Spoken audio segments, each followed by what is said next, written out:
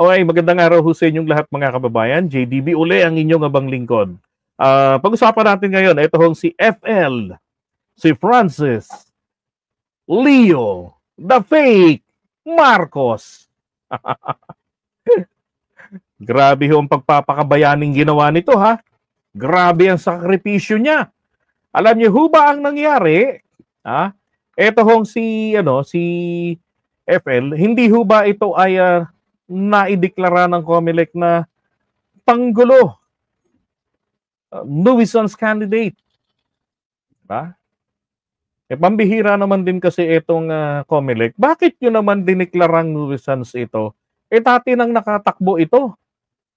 Tinalo pa nga ho nito si Isko Moreno. Naka ilang boto ito? 4 o 5 milyon mahigit ang botong nakuha nito ni FLM. Oh. Diba? Tapos ngayon, dineklara yung panggulo. Sira ba, tuktok nyo. Ngayon, hoy, umapila. Tapos, ayon po dito sa balita, kanina lang ho itong hapon, just in, senatorial aspirant FLM, formal nang umatras sa karera. Ito ay matapos patawa ng TRO ng Korte Suprema ang COMELEC para maisama ang pangalan niya. Aba naman, napakabait namang bata nito. Sinabi na ng korte, ay, sama niyo pangalan yan. Ganon. Binigyan ng TRO. Diba? Tapos nung makakuha po ng TRO, nung magtagumpay, aba naman, saka umatras. Ang kanya hong dahilan, ang sabi dito sa balita ay ayon kay Marcos, ang kanyang desisyon ay hindi para, sabi niya, ay para hindi na masayang ang 132 million na ginastos ng komisyon sa pag-iimprenta ng balota at bigyang daan ang muling pagtakbo ng kanyang umanong-manang na si Amy. Aba naman, feeling nasa top 12 ba? Para daw po ano ba ibig sabihin ng manang? Ang mga Ilocano, ito ho ba ang ate? Diba? Tagumpay! Sabi niya, tagumpay! Nakatiyaro ako. Kaya lang ko, ayoko na, atras na ako para ho kay Manang Amy. At sayang daw ho, yun, ate pala. No? Para kay ate Amy. At sayang daw po yung nagastos na ng COMELEC. Mga kababayan, isa ho itong malaking kalokohan. Kasi po, alam niya namang hindi po talaga siya mananalo. Hindi po siya totoong, yung kanyang pag-giveaway para kay Amy, anak ng baka, wala pong epekto. Dahil si Amy, pumapasok pa sa top 12 hanggang top 15. Siya, pang 50 yata ito Damuhong ito. Ay, nako. At kung inyong matatandaan, na i-content pa natin ito, di ba, a week ago, na nauna na pong na-TRO ang COMELEC. Di ba? At dahil puroon sa 5 tao na sabay-sabay na binabaan ng pabor na TRO, ang nangyari po, isa po doon sa 5 na yan, ito pong si Mustafa, ay kandidato sa pagka-senador na na-declare din, katulad ni FLM, na-declare na panggulo at umapila sa Korte Suprema. At dahil po sa bagal ng Korte Suprema magdesisyon, nakapagpa-imprenta na ho ang ating COMELEC. Ngayon, sabi ng COMELEC, ay ng Korte Suprema, isama nyo ang pangalan niya sa balota.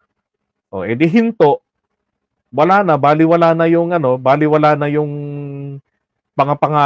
na ho yung nagastos ng COMELEC doon. Magkano yon? Sabi nga ni FLM dito, 132 million na po. Kung di ako nagkakamali, nakaka-6 na milyong balota na po silang na-imprenta. Natatawa-tawa tuloy si George. Diba? Ganon na ho kalakas yung karami yung nai-imprenta, 6 na milyon na po na mga balota. wala ho ang pangalan ni Mustafa, wala rin ang pangalan nito. Kaya nga sabi ko sa inyo, si Mustafa po mga kababayan, hindi po tuluyang umatras.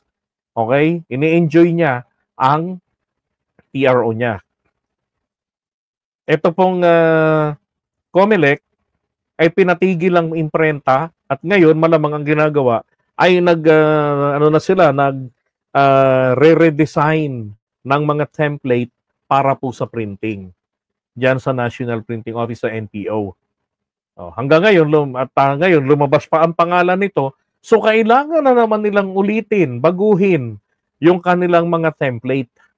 Okay? Para sa pag-imprenta kasama ang pangalan niya.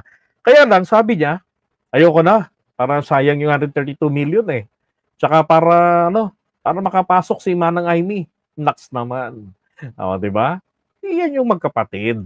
Di ba? May malasakit sa isa't isa. Walang iyang buhay to. Charlie, ako naniniwala ako, mali talaga ang COMELEC dyan. Unang-una, hindi nila to dapat dineclare as nuisance candidate. Dapat yung mga nagsitakbo, hayaan nila. Basta pasok, wala kang violation, wala kang final conviction involving moral turpitude, 'di ba? At tama ang edad mo. Tapos yung residency mo, rehistrado kang botante. Kahit na isa lang ang makukuhang boto niyan, hayaan nyo na. Tingnan nyo tuloy yung collateral damage. 6 million ballots. Di ba? Tapos 132 million na yung nagagastos. Tapos magpapa-imprenta ng panibago si COMELEC. Tapos saka sasabihin ninyo, okay, tama si COMELEC, DQ yung mga walang hiyang panggulo na yan, anong nangyayari na naman ngayon? Di ba? So yung unang pina-imprenta, anong gagawin doon? Gagamitin? Naiprogram na roon sa VCM, doon sa vote counting machine o kaya yung ano bang tawag doon? Paiba-iba kasi yan eh. 'Di ba?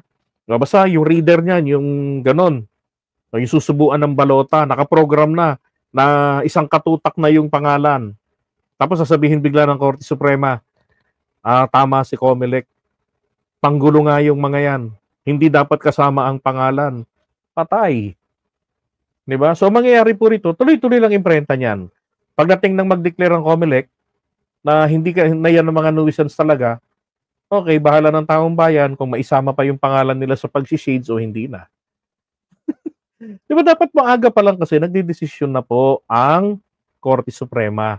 At dapat ang COMELEC outright pag-submit ng COC, titignan na nila kaagad. Okay, NBI clearance. Dapat kasama ganun eh. O kaya kontakin na yung NBI. Okay, so NBI, check up agad. Tingnan ninyo sa Korte Suprema, meron ba tong final conviction? Court of Appeals, RTC, MCTC, meron ba tong conviction involving moral turpitude? Wala. Okay. Diba? Ganun lang. Meron ba tong sapat na kakayanan para tumakbo? Anong basihan? Pera? Hindi po dapat nga talagang pera ang pagbabasihan ng kandidatura, ng kakayanan. Diba? Kasi pwede na ang online pwede na sa SOCMED mangampanya. Hindi naman bawal. Diba? Hindi dapat pinakikialaman yan ng mga ng mga taga-COMELEC. Tingnan yung abiryang nangyari. Sayang ang pera. Diba? Ala. Alright? Pero pakabayani para kay Aimee. Yari ka ngayon, Aimee. May utang na loob ka sa